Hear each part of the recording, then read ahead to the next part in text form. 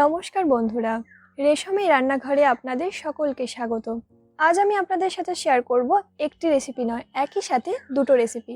প্রথমটি হচ্ছে mix veg pakora আর দ্বিতীয়টি হচ্ছে স্ট্রিট স্টাইল ডালের পকোড়া। তো দেখে নিই এই পকোড়াগুলি আমি আজকে কিভাবে বানাবো। মিক্স ভেজ পকোড়া তৈরির জন্য প্রথমে নিচ্ছি বাঁধাকপি কুচি,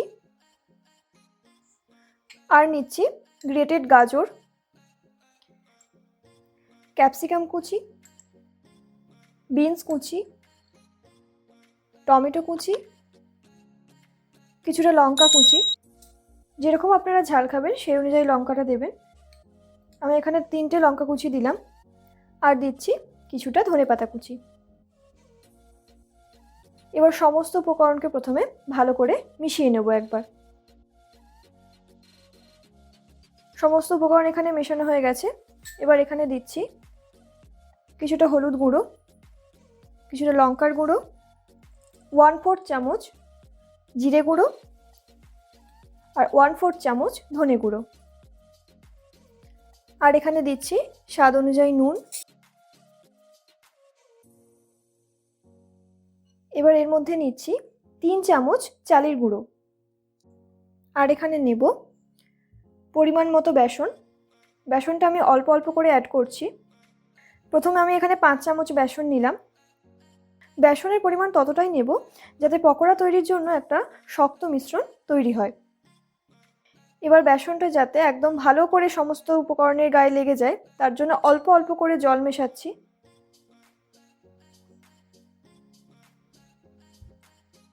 দেখুন এইরকম একটা মিশ্রণ তৈরি করেছি, একদম গাঢ়। এবার আমি এই মিশ্রণ থেকে পকোড়া ভেজে নেব। পকোড়া ভাজার জন্য বেশ খানিকটা তেল নিয়ে নিয়েছি। তেলটা গরম হলে আমি পকোড়াগুলো একটা একটা করে দেব। পকোড়াগুলো যখন ভাজবেন তখন গ্যাসের ফ্লেমটা একবার একটু বাড়িয়ে একবার একটু কমিয়ে ভাজবেন, নাহলে কিন্তু পকোড়াগুলো হাই ফ্লেমে ভাজলে চট করে পুড়ে যাবে, আর তখন পকোড়াগুলো ভেতর থেকে কিন্তু ভালো করে কুকও হবে না।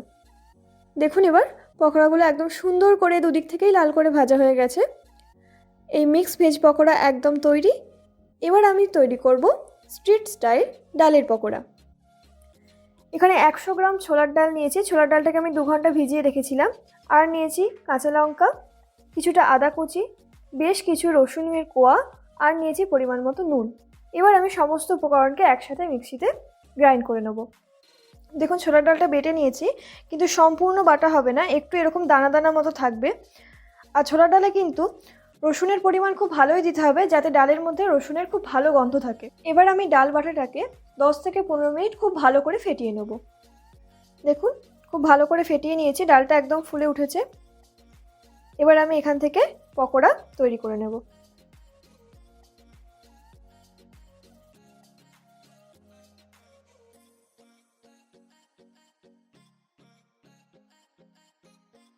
পকোড়াগুলো দেখুন ভাজা হয়ে গেছে। পকোড়াগুলো কিন্তু যখন ভাজবেন একবার গ্যাসের ফ্লেমটা একটু বাড়িয়ে একবার একটু কমিয়ে এভাবে ভাজবেন, নাহলে কিন্তু পকোড়াগুলো চট করে পুড়ে যাবে আর ভেতর থেকে কুক হবে না। এবার আমি এগুলোকে তুলে নিচ্ছি। রান্নাটি কেমন লাগলো আমাকে কমেন্টে অবশ্যই জানাবেন, আর ভালো লাগলে লাইক ও শেয়ার করুন। আরও এরকম সুস্বাদু রান্নার রেসিপি পেতে আমার চ্যানেলটিকে সাবস্ক্রাইব করে পাশে থাকা বেল আইকনটি প্রেস করুন।